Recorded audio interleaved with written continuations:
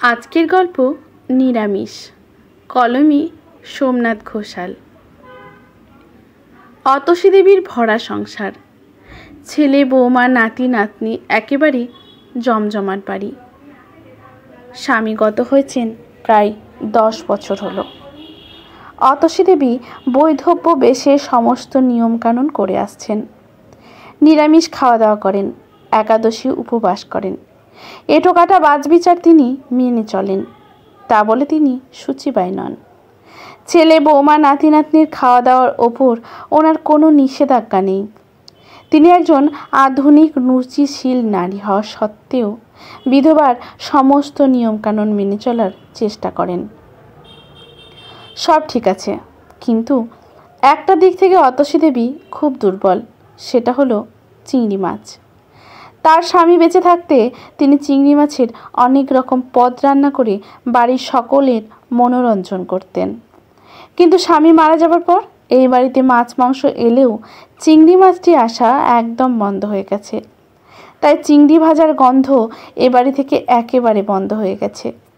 তবে আশেপাশের বাড়ি থেকে মাঝে মধ্যে চিংড়ি মাছ ভাজার গন্ধ এলে অতসী দেবীর ভীষণ মন খারাপ হয়ে যায়। তিনি সবার অজান্তে জানালার সামনে দাঁড়িয়ে মাছ ভাজা গন্ধের আস্বাদ নিতে থাকেন। আজ অতসী দেবীর একমাত্র ছেলে অতনু সাত সকাল সকাল বাজার থেকে বড় বড় গলদা চিংড়ি নিয়ে হাজির হলো। তা দেখে বউ শ্রীতমা বলল, এ কি, তুমি আবার এই চিংড়ি নিয়ে এলে কেন? অতনু বলল, বাবা মারা যাবার পর মা তো মাছ মাংস খাওয়া ছেড়ে দিয়েছে।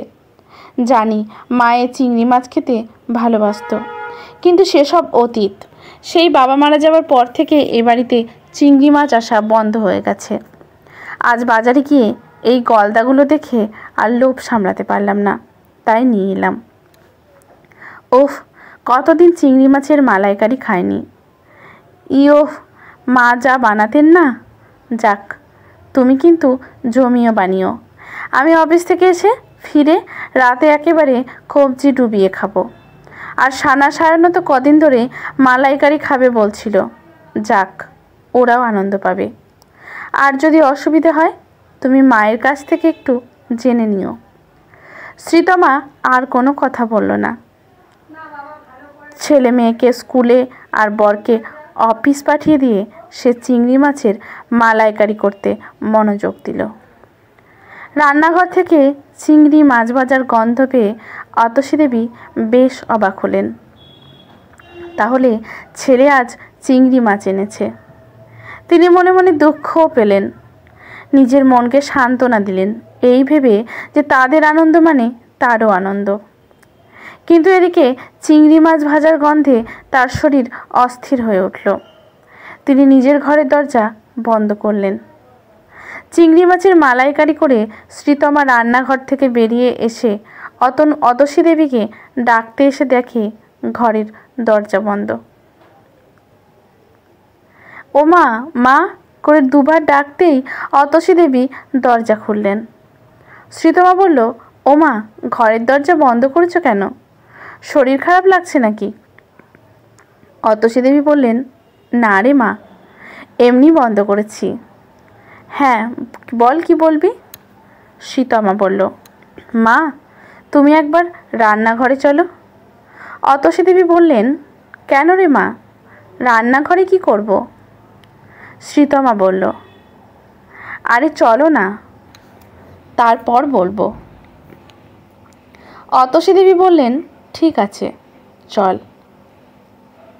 শাশুড়িকে সঙ্গে নিয়ে শ্রীতমা রান্নাঘরে এসে রেকবির ঢাকনা খুলে দিয়ে বলল, তোমার ছেলে আজ বাজার থেকে গলদা চিংড়ি এনেছে। বলেছে মায়ের মতো মালাইকারি করতে। দেখো তো মা, আমি ঠিক মালাইকারিটা করতে পারলাম কি না?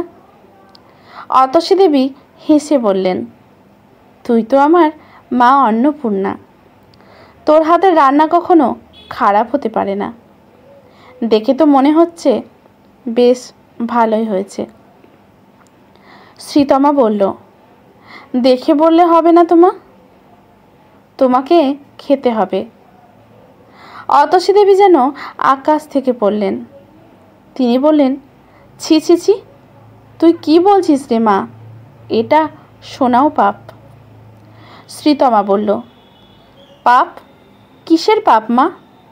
বাবা কি তোমাকে বলে গেছেন উনি না থাকলে তোমাকে নিরামিষভোজী হতে হবে? তোমার সমস্ত শখ আহ্লাদগুলো জলাঞ্জলি দিতে হবে? তাহলে কেন এমন যন্ত্রণা সহ্য করছো? অতসী দেবীর দু চোখ ছলছল করে উঠল। উনি বললেন, এমনটা যে হয়ে আসছে মা, আমাদের এসব মেনে নিতে হয়। আর আমি মেনেও নিয়েছি। তুই এসব নিয়ে চিন্তা করিস না। তোরা ভালো থাকলে আমিও যে ভালো থাকবো মা। শ্রীতমা বলল, ও আমরা ভালো থাকলে তুমি ভালো থাকবে, আর তুমি খারাপ থাকলে আমরা কি করে ভালো থাকি বলো মা? তোমার তো কোনো মেয়ে নেই, আর তুমিই তো আমাকে এ বাড়িতে নিজের হাতে করে নিয়ে এসেছো।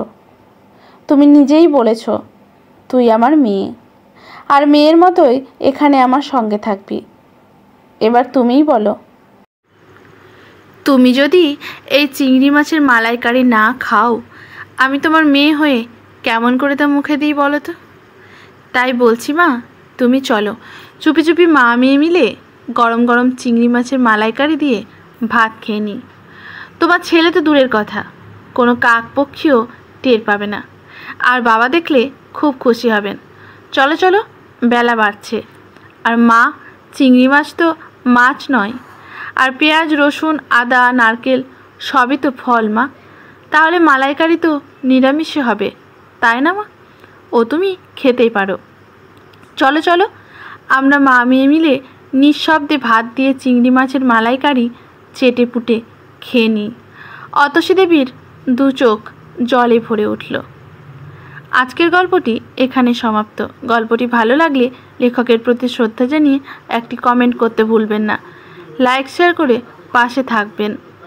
ইউটিউব থেকে দেখলে চ্যানেলটি সাবস্ক্রাইব করে বেল নোটিফিকেশনটি অল করে দেবেন। ফেসবুক থেকে দেখলে পেজটি ফলো করে রাখবেন। ধন্যবাদ।